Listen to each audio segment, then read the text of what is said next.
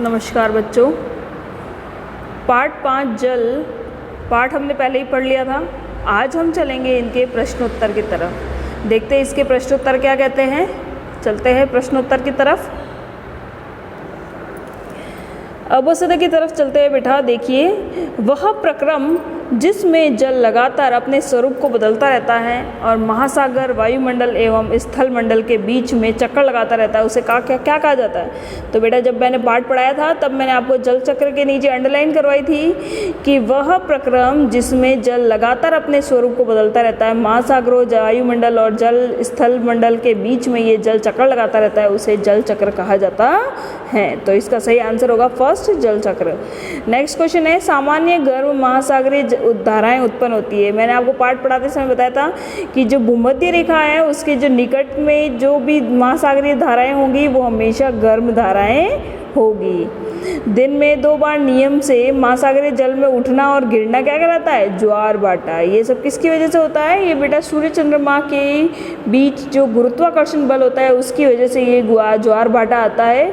और ये दिन में 2 बार नियम से जल का उठना गिरना होता है। ठीक है, अब उससे एक बार चलते हैं। अब मिलान कीजिए। पर मिलान करने वाले में बताया गया कि कैस्पियन सागर। कैस्पियन सागर क्या है, तो बेटा कैस्पियन सागर एक विशालतम झील है। क्या है, एक विशालतम झील है।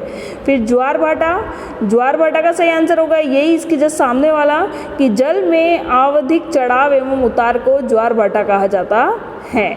फिर नेक्स्ट क्वेश्चन है, सुनामी। सुनामी से क्या तात्पर्य, मतलब सुनामी है जो कि भूकंपीय तीव्रता, मतलब तीव्र भूकंपीय तरंगे जो होती है पृथ्वी के अंदर जो हलचल होती है, उस हलचल के कारण जो समुद्र का जल होता है उसमें हलचल होती है, तेज हवाएं चलती है, हवाओं के साथ साथ तरंगे उत्पन्न होती है और वो तरंगे धीरे धीरे सुनामी का रूप ले लेते हैं। नेक्स्ट क्वेश्चन है, महासागरीय धाराएं। तो ये जो महासागरीय धाराएं होती है ये एक निश्चित मार्ग की ओर प्रवाहित करती है। ये जल धाराएं होती हैं। ठीक है, ये ठंडी और गर्म दोनों होती हैं। ठंडी तो कौन सी होती है, लेब्राडोर, और गर्म कौन सी होती है, गल्फ स्ट्रीम। ठीक है, अब चलते हैं क्वेश्चन आंसर्स की तरफ। देखिए बेटा, पहला प्रश्न कहा गया है वर्षण क्या है। वर्षण से तात्पर्य बेटा वर्षा से है। अब आप कहेंगे वर्षा क्या है, तो मैंने जब पाठ की स्टार्टिंग में आपको पढ़ाया था तो बताया था कि जो जल होता है जो कि धरती के ऊपर भौम जल के रूप में एकत्रित होता है, जैसे समुद्र का जल है, नदियों का जल है, तालाब का जल है, तो ये जल दिन में सूर्य की गर्मी के कारण तेज गर्म होकर वाष्प बनकर ऊपर उठता है।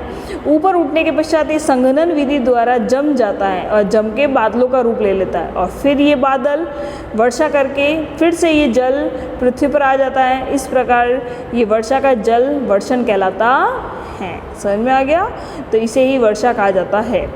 नेक्स्ट है वर्षा जल चक्र किसे कहा जाता है, तो जल चक्र में बेटा मैंने अपन ने अभी अवस्था के अंतर पढ़ा है कि जो जल लगातार अपना रूप बदलता रहता है, महासागरों, वायुमंडल और स्थल मंडल के बीच में चक्कर लगाता रहता है।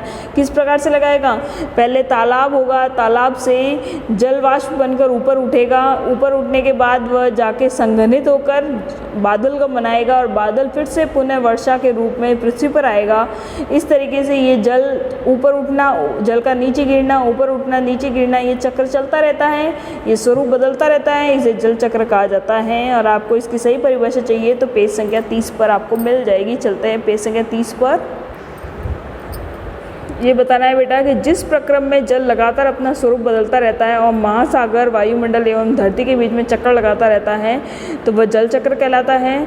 आपको इस फोटो के माध्यम से जल चक्र दिख जाएगा। ये आपको फोटो भी बनाना है कॉपी में और ये होमवर्क करना है इसका। ठीक है, ये जल चक्र क्वेश्चन है, ये एग्जाम की दृष्टि से बहुत इंपॉर्टेंट क्वेश्चन माना जाता है। नेक्स्ट क्वेश्चन चलते हैं। नेक्स्ट क्वेश्चन बेटा कहा गया है कि लहरों की ऊंचाई को प्रभावित करने वाले कौन कौन से कारक है। तो बेटा लहरों की ऊंचाई को प्रभावित करने वाला पहला कारक तो माना जाता है कि जल की मात्रा। जल की मात्रा कितनी है जो लहरों को प्रभावित करती है। दूसरा है वायु की तीव्रता, जितनी तेज वायु होगी उतनी लहरें ऊंची उठेगी। और अंत है तीसरा पॉइंट है सूर्य और चंद्रमा के बीच का गुरुत्वाकर्षण बल जो कि ज्वार भाटा लाने में संभव है। तो सूर्य चंद्रमा जो कि ज्वार भाटा लाता है तो उसी बल की वजह से भी लहरों की ऊंचाई प्रभावित करती हैं। ठीक है। नेक्स्ट क्वेश्चन है, महासागरीय जल की गति को प्रभावित करने वाले कारक कौन कौन से हैं? महासागर की गति को प्रभावित करने वाले कारक हैं तो बेटा इसके अंतर्गत आएगा, सबसे पहला आएगा तापीय अंतर, तापीय अंतर, ठीक है। दूसरा आएगा पृथ्वी की घूर्णन गति, पृथ्वी किस गति से घूम रही है, घूर्णन गति भी इसमें बहुत फर्क करती है। तीसरा पॉइंट है महासागरों में लवणता की मात्रा, महासागरों के जल में कितना लवण है। चौथा है वायु कितनी तेज गति से है, जितनी तेज गति से वायु समुद्र के जल से टकराएगी उतनी तेज तरंगे बनेगी और वो तरंगे फिर ज्वार भाटा लाने में या फिर महासागरीय जल की गति के में इम्पोर्टेंट है। और लास्ट एंड पॉइंट है कि सूर्य चंद्रमा के बीच का गुरुत्वाकर्षण बल, ये भी महासागरीय गति में प्रभावित करती है। फिर अब नेक्स्ट क्वेश्चन देखिए, ज्वार एवं भाटा कैसे आता है, ये क्या होता है। तो बेटा आपको मैंने जब पाठ पढ़ाया था तब समझाया था कि दिन में 2 बार अपने नियम के अनुसार जल के स्तर में उतार और चढ़ाव होता रहता है, जिसे ज्वार भाटा कहा जाता है। और ये किस वजह से आते हैं, ये सूर्य चंद्रमा के बीच की गुरुत्वाकर्षण बल के कारण आते हैं। इसकी एकदम सही परिभाषा देखनी है तो पेज संख्या 35 पे मिलेगी। चलते हैं 35 पेज नंबर पे।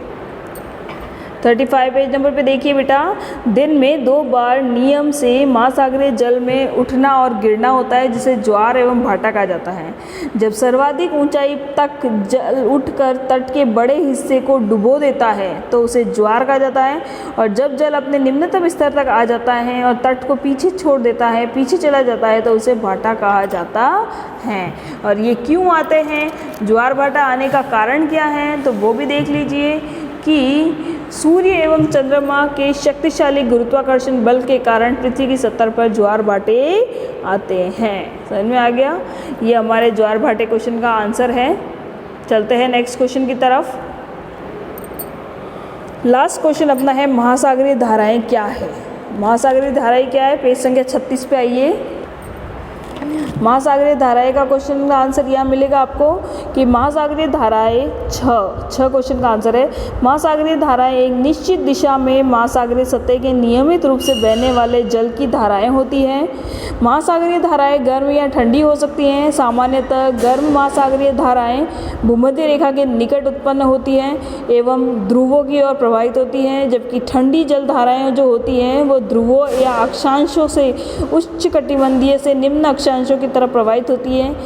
ठंडी के अंतर्गत आती है लैब्राडोर महासागरीय जलधाराएं, ठंडी शीत जलधाराएं कहलाती है, जबकि गल्फ स्ट्रीम जो होती है वो गर्म जलधाराओं के अंतर्गत आती हैं। इन्हें ही कहते हैं गर्म जल धाराएं और ठंडी जल धाराएं। इसी के साथ हमारे क्वेश्चन आंसर्स खत्म होते हैं। नेक्स्ट पार्ट नेक्स्ट वीडियो से देखेंगे, ठीक है। इसी के साथ हमारा ये चैप्टर कंप्लीट होता है।